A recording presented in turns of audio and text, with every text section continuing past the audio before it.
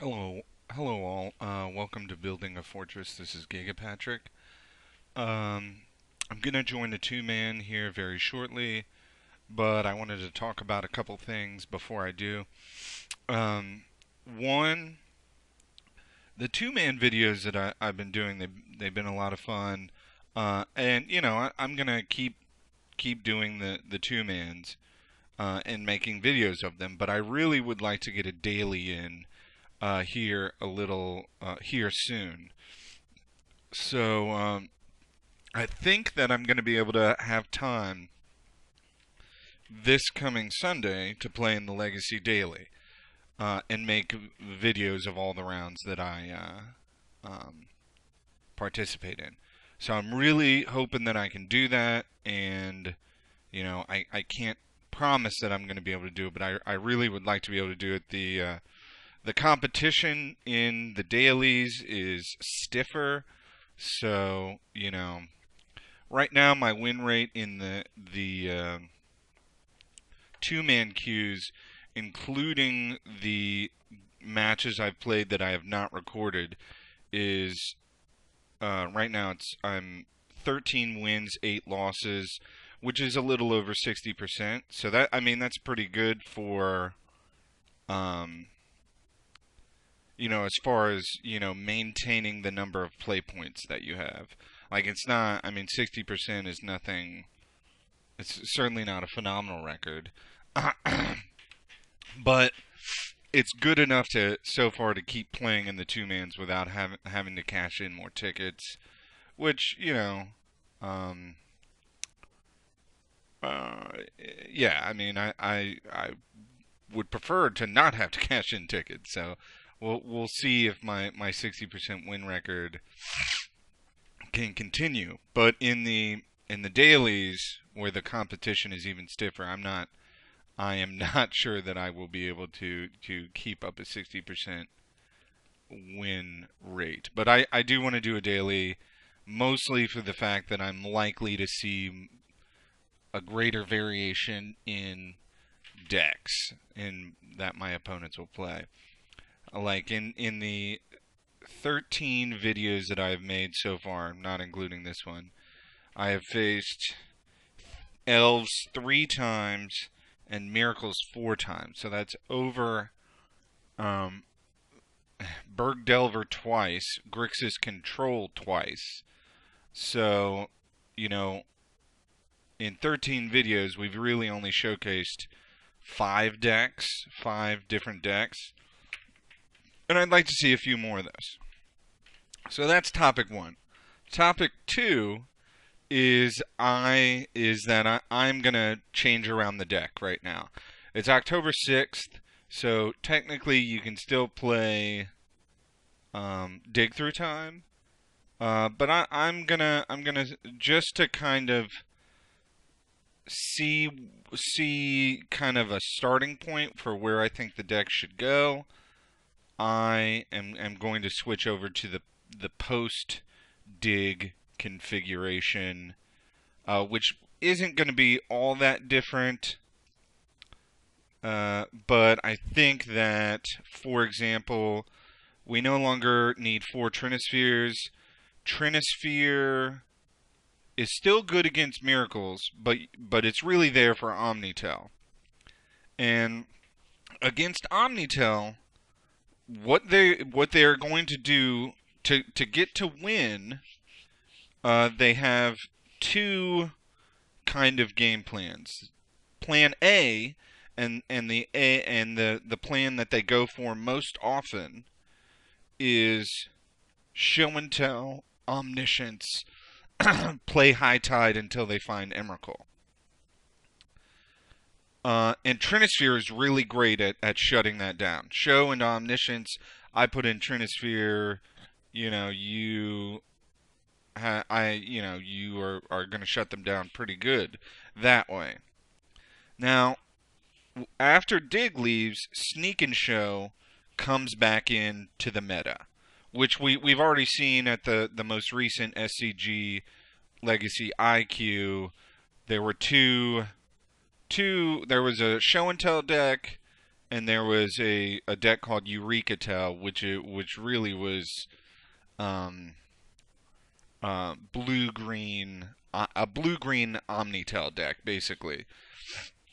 The primary plan there was to put um, Omniscience into play either off Show and Tell or Eureka, um, which I don't expect that deck to be totally around. That was just more like a one-off, I would say. But you know what we want to prepare for is probably Sneak and Show. Trinisphere is not nearly as good against Sneak and Show as it is against Omnitel because they have a couple different scenarios that they are going to go for. Scenario 1, Show and Tell Gristlebrand. Trinisphere against that is okay because it means that whatever they draw off of, it means most likely, unless they have Sneak Attack already in play, whatever they draw from Gristlebrand it can't be casted, pretty much. Which means you get a turn to like Crop Root for Karakas or something like that. So Trinisphere against Show Gristlebrand isn't too horrible. However, Trinisphere against Show Sneak Attack is awful because they will then just Sneak Attack in their Gristlebrand or their Emrakul and you will lose. Trinisphere against Show Emrakul isn't horrible, but because it means you do get a turn to respond. But against Sneak Attack, the card Sneak Attack, Trinisphere is just terrible. So whenever they play Sneak Attack or show Sneak Attack in, Trinisphere becomes bad. And that is, they go for that at least 50% of the time, I would say. In fact, if, game one, their plan is probably to show in, Emrakul or Gristlebrand, and, likely you don't have an answer game one. So, game two, you board in your hate, and they go for Sneak Attack because, that is a plan that's less susceptible to hate. So I think that because Trinisphere is still good against Miracles, but not really great against Show and Tell, we take out one. Okay? Karakas is good against Show and Tell, so we put that in the main. Okay? This gives us 2 free spaces in the board. So we definitely want to put at least one Sphere of Resistance. Okay? Okay. Now the question then becomes, what do we want to take out? What are the other options available to us? Do we need 7 hate permanents in the board? Right now, mostly I see 6 in the board. I don't feel quite as comfortable against Storm with only 6 pieces of hate in the board. I really would prefer 7 against Storm. But, I think that Storm is always a player. But I think it kind of takes a back seat in this new meta to Sneak and Show. So I don't know exactly if we need 7 pieces of hate. So the question is, what do I want to take out? I could take out, as I discussed before, I could take out Punishing Fire, Crop Rotation, a Dark Depths, or a Tranquil Thicket. I think people undervalue Tranquil Thicket, and maybe I overvalue it, but I think people undervalue it, so I really kind of like 3. I mean, usually what people do is most lists I've seen have 17 tree sources. That is 17 sources that can make green mana. Now, decks that have only 2 Tranquil Thicket effects, that is, some people run a split of Tranquil Thicket and Horizon Canopy, which, you know, is fine. There are some other things you can do against Horizon Canopy, though I don't think it's necessary. And then they replace the third Tranquil Thicket effect with, say, like a fetch, and putting it at 4 fetches. And I don't really like that. I don't want to put 4 fetches in here. So I'm going to keep it at 3 Tranquil Thicket effects. Now, it depends on what I want to put in this slot. Do I want to put a 4th? If I don't want to put anything, like if I'm not worried about a 7th sphere effect, then maybe I put 1 Depths in the board. I've run this configuration before. You know, and you board in all 7 of these against combo decks.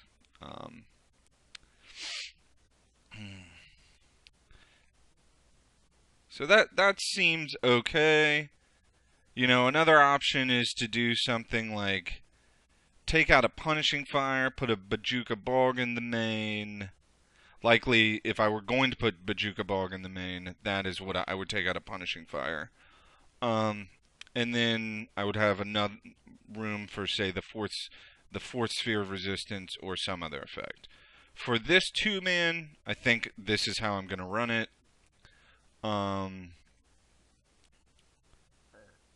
You know, as far as choke is concerned, I love it.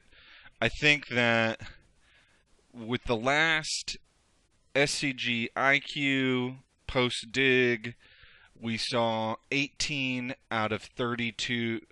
Of the top 32 decks, we saw 18 that were blue. So that's a significant decrease from the 70 or 75% that we saw when Dig Through Time was around. Yet, still, there's going to be enough blue that choke should be in the board, but maybe I only need 2. Maybe I only need 2 chokes if we drop down to, you know, a 55-60% blue meta. And I think that's a reasonable decision. Still, I think that the online meta is going to be even more blue. Is going to be more blue than the regular paper meta. So I'm going to leave it at 3 chokes for now. So it's some very minor changes, moving Karakas to main and whatnot, and taking Depths out. But still, I mean, they're relevant changes. So I will see you back here when the 2-man starts. Peace out. Okay, we're back. Never played Appland before, so hopefully,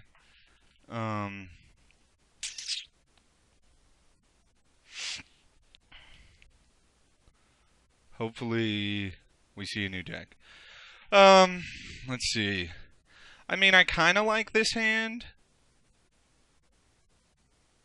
Mox, with the exploration, Mox kind of becomes a little dead. Double Punishing Fire to maybe buy me time to draw into something. I mean, it doesn't seem a horrible hand. It's by no means great, but I feel like with 2 Punishing Fire, I have a good chance to do something relevant. So I'm going to keep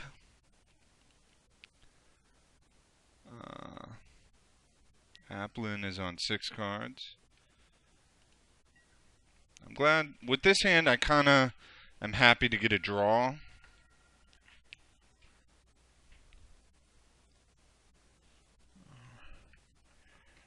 Trop. Oh, okay, Rug Delver, cool. I wish I had Bojuka Bog main.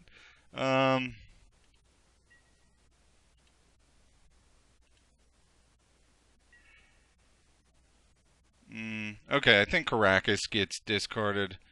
Play Wasteland. Oh, draw step. play Wasteland, cast Moxen. At least this way he can't just, he might force it, which I'm okay with. He doesn't. So I don't need Karakas. Let's play an Exploration. This he might force. He doesn't. What? I think that it's better to try to Punishing Fire, like Delver or something that they. It's better to Punishing Fire to leave up Punishing Fire than to Tranquil Thicket right now, because I can always Tranquil Thicket EOT. So, you know, Rug Delver is a good deck, and I won't say that I'm scared, but okay. So here's the question: that Wasteland doesn't really. Maybe I'm gonna add a red and let that happen. See what he does. Yeah, he continues to go on. I mean, I don't get to. And maybe now that he's wasted that. Oh, he's got nothing.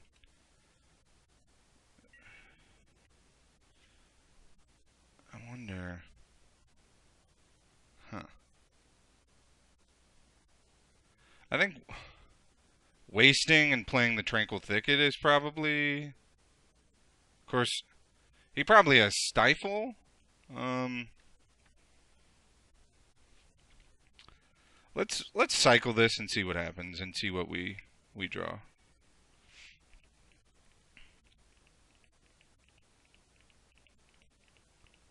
I mean, if he stifles that, I'm fine. Crop rotation. See, now we don't. Now we want to hold on to the Wasteland, I think. And I wonder if I should. Since he didn't do anything last turn, my guess is I mean, he could have a follow-up play, but he didn't do anything. He probably just has a handful of counter spells.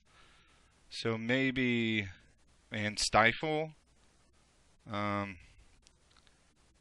I think we hold Dark Depths in our hand to see if we can draw another land, and we just pass the turn.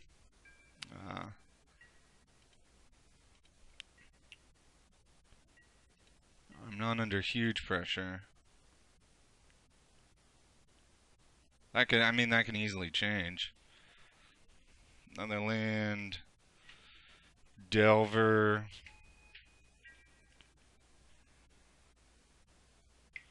Take one.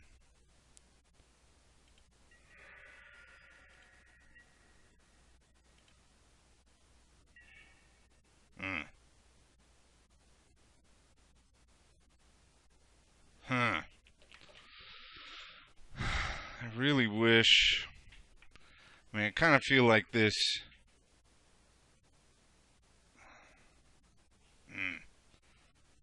I really wish I'd drawn another land.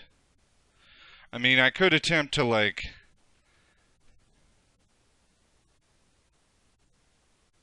I could attempt to go drop Dark Depths, Crop Road into Tabernacle Waste. It's pretty weak to any counter magic, though. Very weak. I think the play is just hold Dark Depths again. This time, Punishing Fire the Delver of Secrets. After I see what he reveals.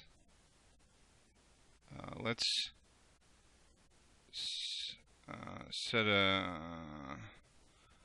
I don't think we need it on his draw, but we're going to set the stop. I think we can just do it on his upkeep.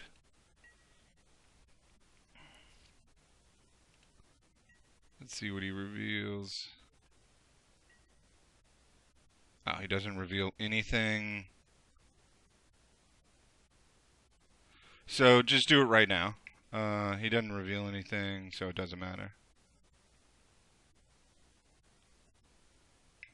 If he counters it or something, then that's fine. Yeah, that's alright. Means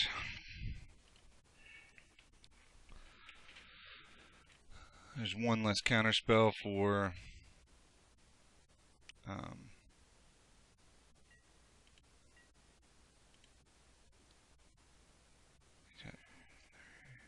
So he probably wastes Wasteland.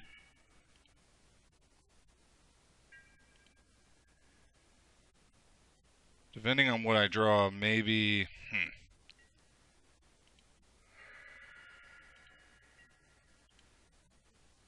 land? Cool.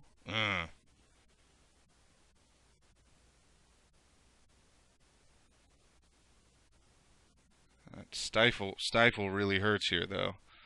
Um,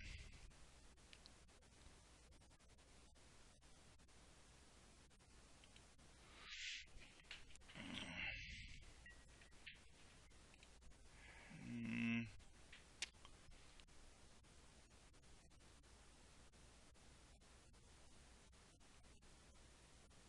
Stifle definitely hurts.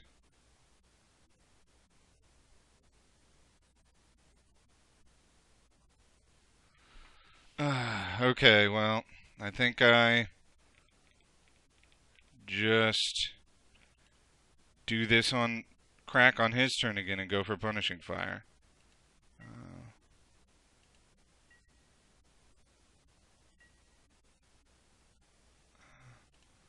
See what he reveals.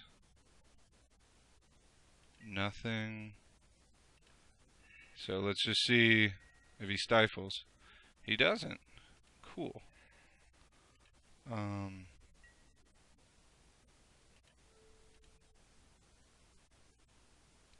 Wait. 1, 2, 3, 4, 5, 6. And if I don't, I mean,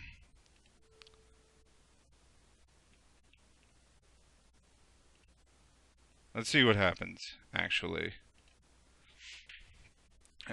As opposed to doing it right now.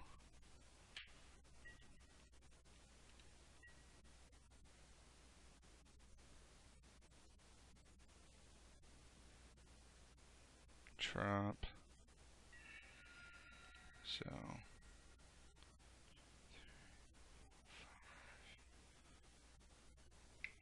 Goif? Yeah. Alright, 1, 2, 3, 4, 5.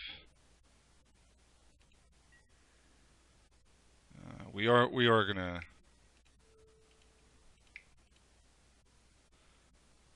If he counters it, it doesn't matter that much because it's not any extra damage. No, can't pay one for days. Take 2. I mean, if I draw a land, I'm still alright. Man. Okay.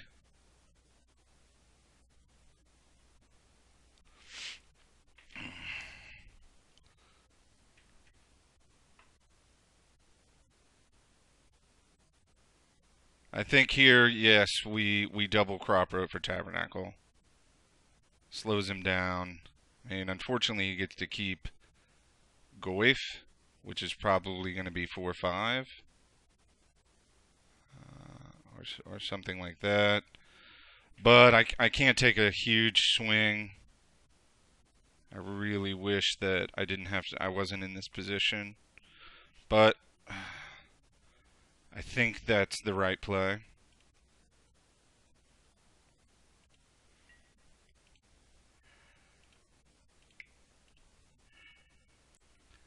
Alright, so we can still.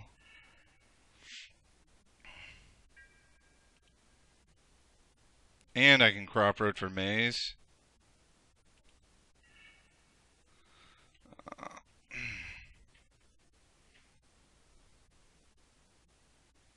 So see how he does this. I wonder if I should...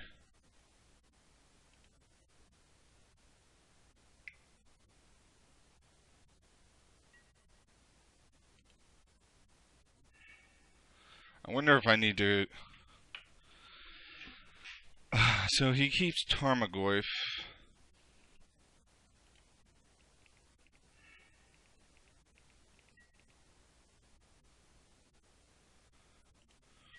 I don't know. Let's see what he does.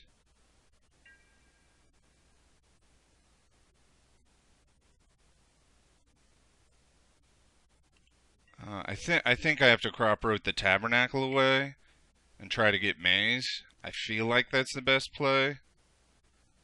I mean, it's already done some good work getting rid of 2 creatures, and like if he puts another creature down, he can just keep paying, and I'm probably toast.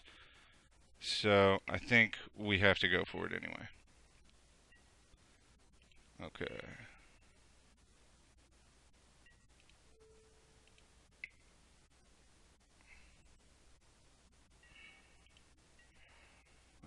And now we're really living off the top of our deck, though.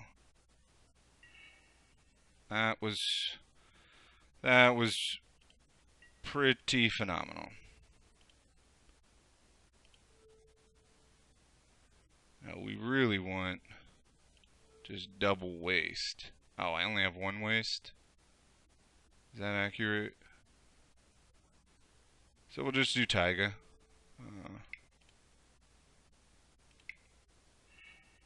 Sweet. Waste a land. Tabernacle. So, okay. I feel pretty darn good now. Feel like... and I might as well cast this Mox. Dropping the Taiga.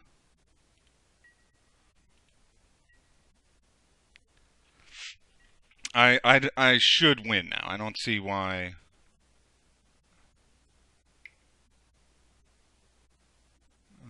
I don't see... From this point, I don't see how I lose this game. Unless he's got something... Yeah. Unless he had something in his deck that...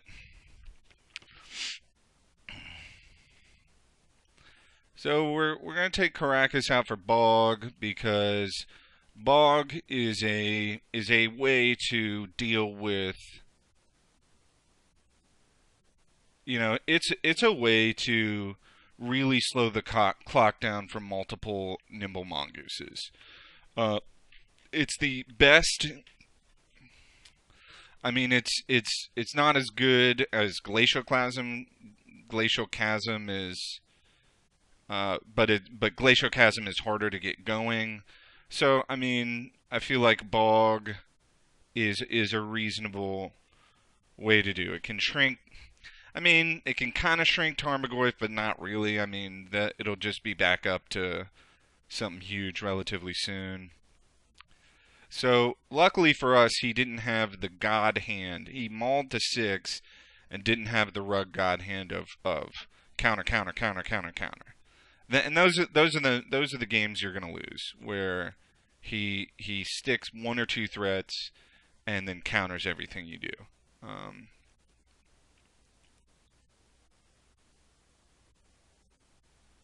So, trying to think.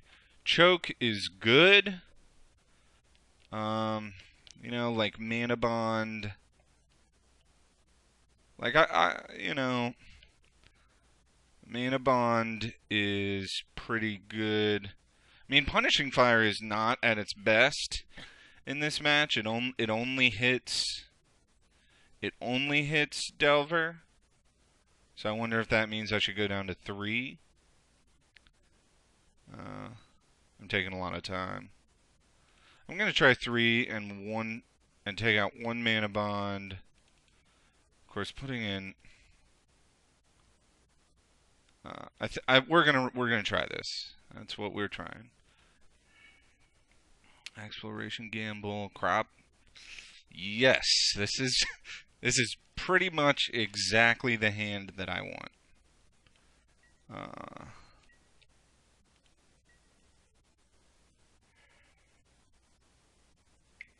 Delver.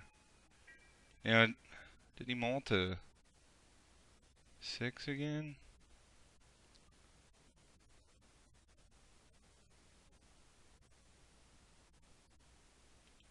Okay, so I guess the question is, I would probably prefer to have Mox Diamond dazed than Exploration, though that is reversed. But really, I can play Grove, then Mox, still play Exploration. So Grove, forget that I said it. Grove, cast Mox, see what he does. If he forces it, awesome. He's not going to daze it. Definitely play an Exploration. This I would expect him to force. And now do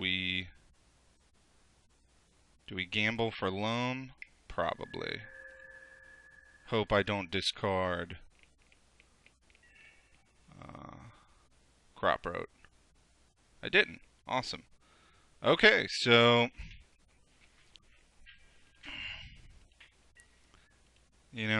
I feel pretty, like, this feels pretty solid to me. I mean, I do remember playing Berg Delver before.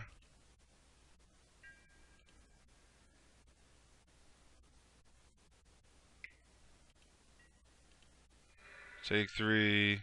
Oh, that was pretty great.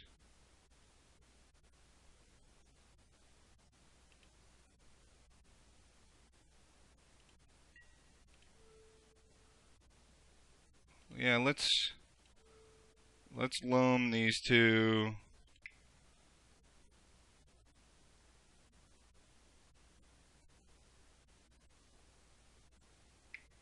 Spell snare, okay.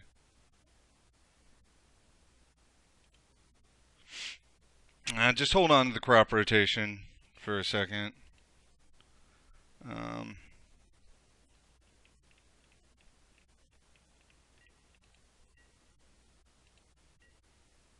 See if he lays a waste.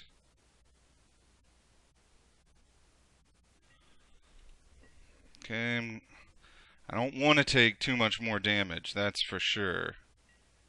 I mean, I still feel okay, but okay, so he's probably got a lot of counters. I wonder if here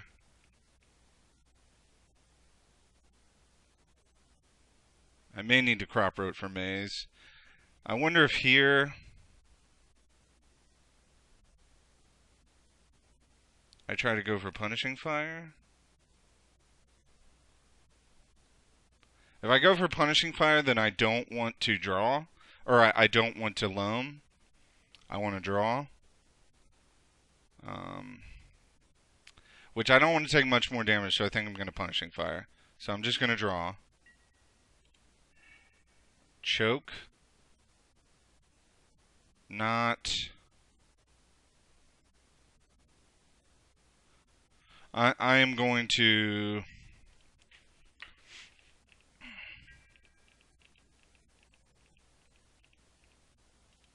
On his upkeep, I'm going to Punishing Fire that.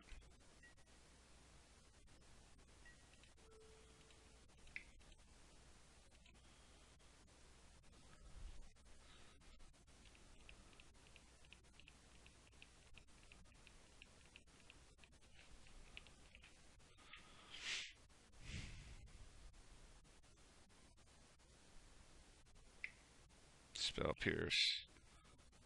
Okay. Can't pay for Spell Pierce. Whew. I wonder if I want to. Do I want a Crop Road here for Maze? Or can I go down to 11? and try one more time. I think that